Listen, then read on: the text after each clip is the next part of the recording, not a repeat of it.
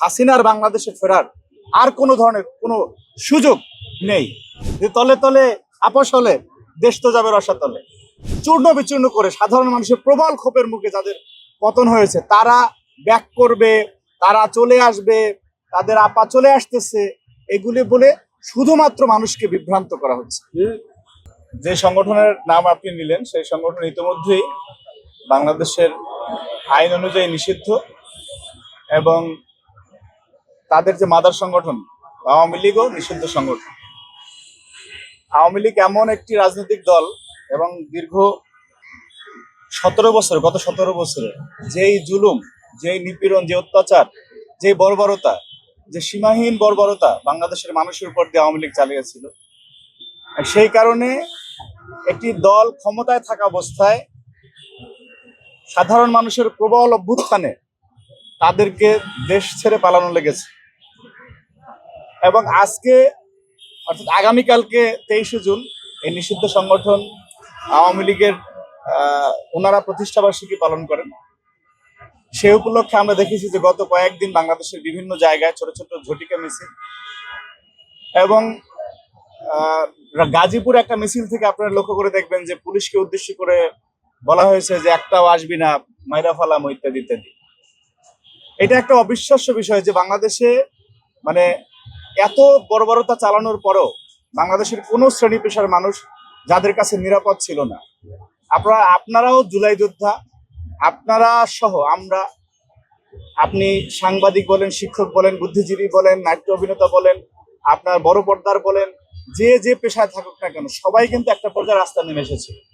অর্থাৎ এটা একটা জেনুইন গণঅভ্যুত্থানের মাধ্যমে যাদের পতন হয়েছে তারা হুমকি দামকি দেয়, সেগুলো আমাদের দেখা লাগতেছে। যদিও একটা দুঃখের বিষয় হলো যে বাংলাদেশের মুসলমানের স্মৃতিশক্তি একটু দুর্বল, আর ভুলে যায় তাড়াতাড়ি, কিন্তু এত বেশি দুর্বল হয়ে যায় নাই যে খুনি হাসিনার এই বর্বরতা এত দ্রুত বাংলাদেশের মানুষ ভুলে যাবে।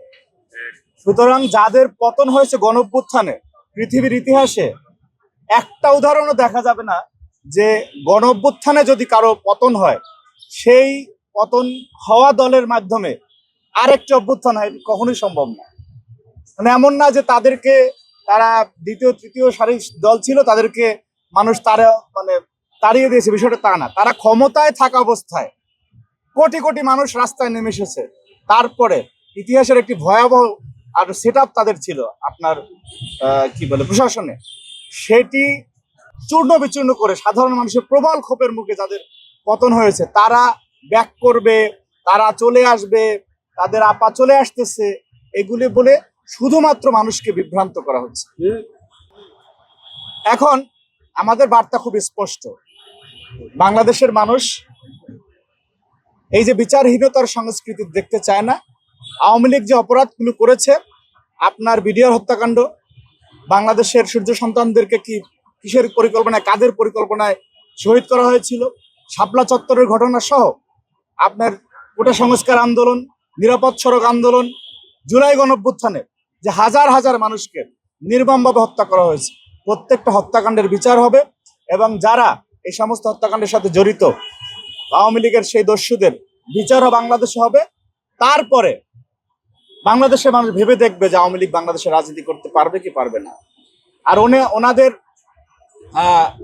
আপার কথা ওনারা যেটা বলেন সেটি দেখেন, এই মহিলা যদি আওয়ামী লীগের প্রতি কোনো ত্রাণ থাকতো, আমাদের যেটা মনে হয় যে উনি যে সেই 81 সালে, সম্ভবত 81 সালে ফিরে এসেছিলেন, সেটি উনি আসার পরে ওনার একটা টার্গেটে ছিল যে বাংলাদেশের মানুষের উপর থেকে উনি প্রতিশোধ নেবেন, এবং সেই প্রতিশোধটি নিতে নিতে উনি অনেক কিছু বাংলাদেশে করেছেন।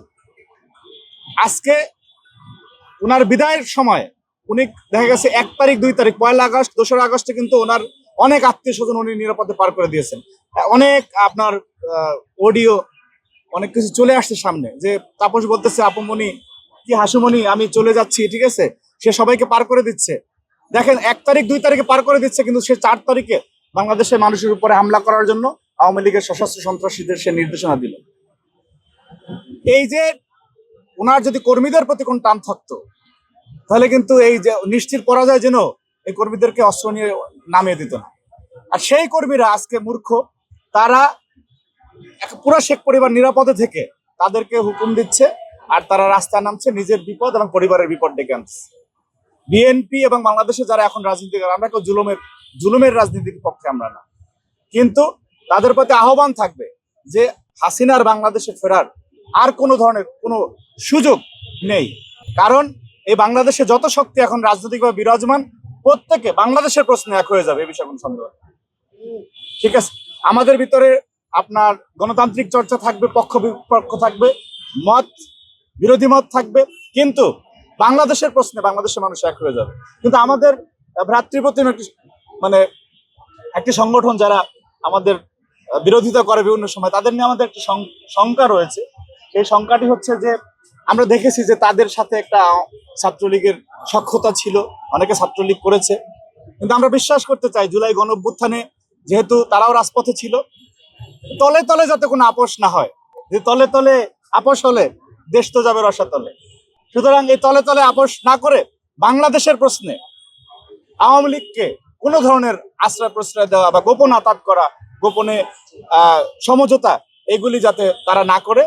সরকার হটানোর জন্য দেখা গেছে যে আওয়ামী লীগের সাথে কথা বলবে, কিন্তু যদি আওয়ামী লীগ কোনো কারণে ভালো কিছু করে, অনিবার্যভাবে তারাই বিপদে বেশি পড়বে। কারণ আমাদের এইসব ফেস করার অভিজ্ঞতাও আছে। আমাদের কোনো নেতাকর্মী এই হাসিনার আমলে আমরা লুকিয়ে মিছিল করি না, আমাদের কারো গুপ্ত সুপ্ত থাকা লাগে না, আমরা প্রকাশ্যে ছিলাম। এগুলি ফেস করার মানসিকতা, এগুলি ফেস করার মতো সক্ষমতা আমাদের ছিল। এবং এখন অতীতের যে কোনো সময়ের চেয়ে বাংলাদেশের জাতীয়তাবাদী শক্তি আরো বেশি শক্তিশালী।